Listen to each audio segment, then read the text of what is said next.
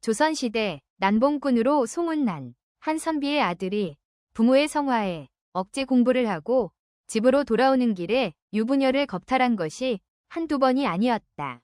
하루는 집을 향해 가는 길에 점쟁이를 만나자 과거에 급제할 수 있는지 점이나 한번 쳐보기로 했다. 그래서 사람들을 밀치고 들어가 은전 5입을 점쟁이 손에 쥐어주며 갈 길이 바쁘니 자기 전부터 먼저 봐달라고 했다. 허허, 내 평생 점을 쳤지만 이런 점괘는 처음 봅니다. 도대체 점괘가 어떻게 나왔길래 그러시오. 창룡사나 개월침이요. 배년봉반 원무심이라 했소이다. 그게 도대체 무슨 뜻이요? 글쎄올시다. 나도 점을 많이 쳤으나 이런 점을 처음이올시다. 그것도 못 푼 주제에 무슨 점을 쳐. 선비의 아들은 소리를 치며 발길로 점쟁이를 걷어차고는 은전을 도로 빼앗고 훌쩍 가버렸다. 그런데 그는 못된 행실과는 달리 아비의 덕을 입어 과거에 급제하여 황해도 해주 부윤으로 내려가게 되었다. 가마에 앉아 거드름을 피우며 길을 가던 그는 갈림길에 이르렀다. 이때 한쪽에서 신랑이 탄 꽃가마가 달려오더니 갈 길이 급했던지 부윤의 가마가 지나갈 길을 가로질러 갔다. 하잘것없는 신랑 가마가 원님의 행차를 가로질러 가다니 저런 방자한 놈을 봤나. 괘씸한 생각이 든 부윤은 화가 치밀자 찬서리 같은 명을 내렸다. 저 놈을 붙잡아 말꼬리에 매달아 달리도록 해라. 나졸들이 달려들어 신랑의 두 손목을 결박지어 말꼬리에 맸다. 천천히 걸어도 말의 뒷발에 채여 죽을 지경인데 게다가 채찍까지 해대니 신랑은 얼마 가지 않아 그만 죽고 말았다. 신랑이 오기만을 기다리던 신부는 첫날 밤은 고사하고 신랑의 얼굴도 보지 못한 채 생과부가 되고 말았다. 생각할수록 기가 막히고 원통했다. 신부는 땅을 치며 통곡했다. 하늘을 우러러 하소연을 해도 길이 없었다.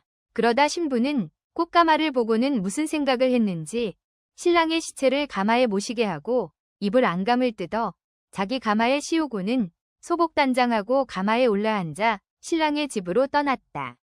잔칫날 난데없는 장례를 지낸 신부는 시아버지를 찾았다. 아버님, 참을 수가 없습니다. 남편의 원수를 꼭 갚겠습니다. 그러니 남편이 입던 옷 한 벌만 내어주십시오. 아들의 시체를 모시고 가마를 타고 와서 장례를 지낸 것만도 보통 여자가 아니라고 생각했는데 아들의 원수까지 갚아주겠다니 말릴 부모가 어디 있겠는가. 시부모는 신부에게 원수는 다름 아닌 해주부사라고 일러주며 부디 조심하라고 신신당부했다. 그날로 신부는 남장을 하고 해주로 떠났다. 한데 원수를 갚을 만한 기회가 생기지 않았다. 읍내의 아전들도 원님 만나기가 하늘의 별 따기니 타지방에서 온 시골 총각이야 더 말해 무엇하랴. 신부는 고민 끝에 남장을 벗고 기생이 되어야겠다는 생각을 했다. 워낙 여색을 밝히는 원님이니 다른 기생보다 예쁘게 꾸미면 그를 만날 기회가 쉽게 올 것이고 잘만 하면 원님의 부중기생이 될 수도 있을 터. 신부는 집으로 돌아가 돈을 준비해 서울로 가 태기기생과 명창기생을 찾아 가무를 배웠다.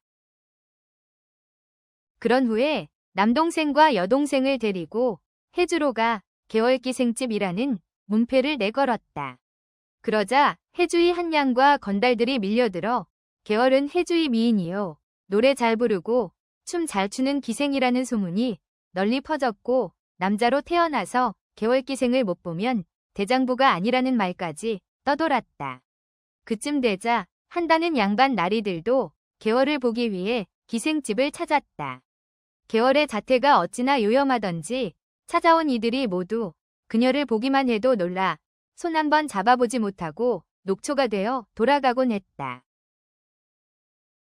며칠 후 온 마을에는 기생이 어찌나 도도한지 양반들의 부름에도 응하지 않고 자기 집에서만 손님을 맞는다는 소문이 파다했다. 부중의 벼슬아치들이 누구보다 먼저 그녀를 조용히 만나기 위해 선물을 보내는 등 안달이지만 한 달 안에는 이미 예약이 꽉 차 받지 못한다는 것이었다. 이렇다 보니 여자라면 미친 해주부윤의 귀에 그 소문이 안 들어갈리 만무했다. 개월에 대한 소문을 들은 부유는 달 밝은 보름날 밤 나졸들을 따돌린 후 슬그머니 기생집을 찾아갔다.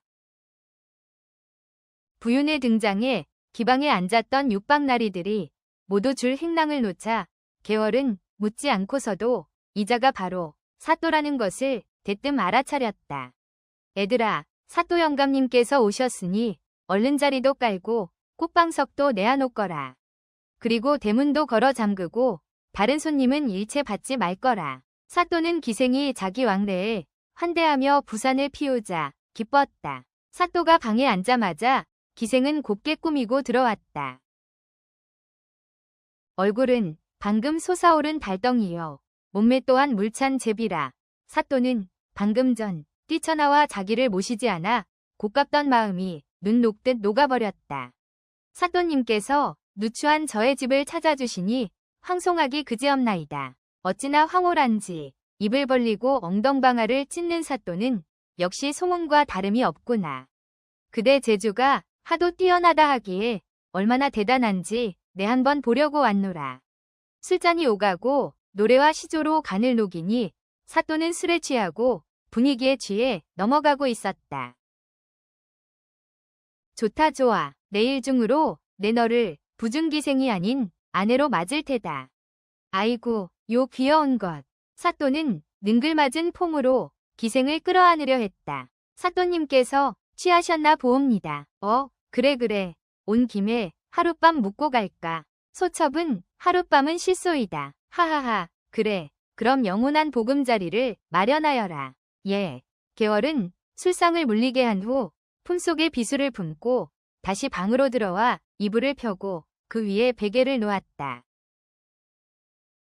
그러자 옷을 벗어던지던 부윤이 문득 물었다. 허허, 내 아직 너의 이름도 묻지 않았구나. 개월이라 하옵니다. 개월이라? 개수나무에 걸친 달이라 그 이름 한번 참 좋구나. 그럼 이름만 좋고 저는 아니 좋다는 말씀입니까? 아니, 그럴 리가 있나. 자리에 누우려던 사또는 보름달빛이 베개 위에 환하게 비추자 그 빛을 따라 밖을 보니 달빛 아래 검게 우뚝 솟아있는 산이 눈에 들어왔다. 저 산의 이름이 뭔지 아느냐? 창룡산이라 하옵니다. 무엇이? 그 말에 사또는 깜짝 놀라 벌떡 일어났다. 사또에게 평생 잊혀지지 않는 것이 하나 있었는데 그건 바로 공부를 하고 집으로 가다 점쟁이를 만났을 때 나왔던 창룡산하 개월침이요. 배년봉반 원무심이라는 점괘였다.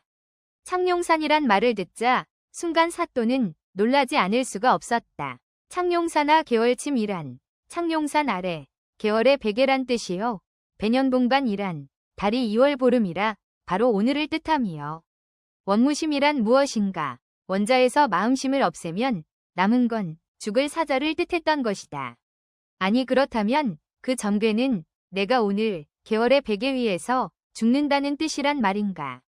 아니 이렇게 묘하게 맞아떨어질 수가 있단 말인가? 헌데 설마 계집이 나를 죽이게야 할까? 아니면 다른 놈이 숨어있단 말인가? 사또는 온몸에 소름이 끼치고 몸이 후들후들 떨려 뒤로 물러앉았다. 내내 인연. 장난을 해도 유분수지. 이게 무슨 짓이냐. 장난. 누가 철천지원수와 장난을 친다더냐. 뭐 원수라니? 나는 오늘 너를 처음 보는데 원수라니? 그게 어디 될 말이냐? 내가 어째서 내년에 원수란 말이냐? 뭐라고? 내가 상세히 일러주마. 내 놈이 부사로 부임하던 첫날 무고하게 그것도 장가를 가는 신랑을 처참하게 죽이고도 죄가 없단 말이냐? 그동안 내 놈이 지은 죄만 해도 쌓아놓으면 저 창룡산보다 더 높을 게다. 그래도 잘못한 일이 없단 말이냐? 내가 내 놈의 손에 죽은 그 신랑의 부인이다. 이래도 시치미를 뗄 테냐. 그제야 사또는 원무심이란 글자의 뜻을 깨닫고 어떻게든 도망을 가려 했다. 그때 개월은 억세야. 어서 이놈을 붙잡고 불을 질러라. 그리고 빨리 떠나자. 개월은 남편을 죽인 사또를 불에 태워 죽이고 가마를 타고 사라졌다. 사연을 모르는 마을 사람들은 기생과 사또가 함께 죽은 줄 알고 창룡산 호랑이가 죽었으니 이젠 길을 펴겠다며 기뻐했다.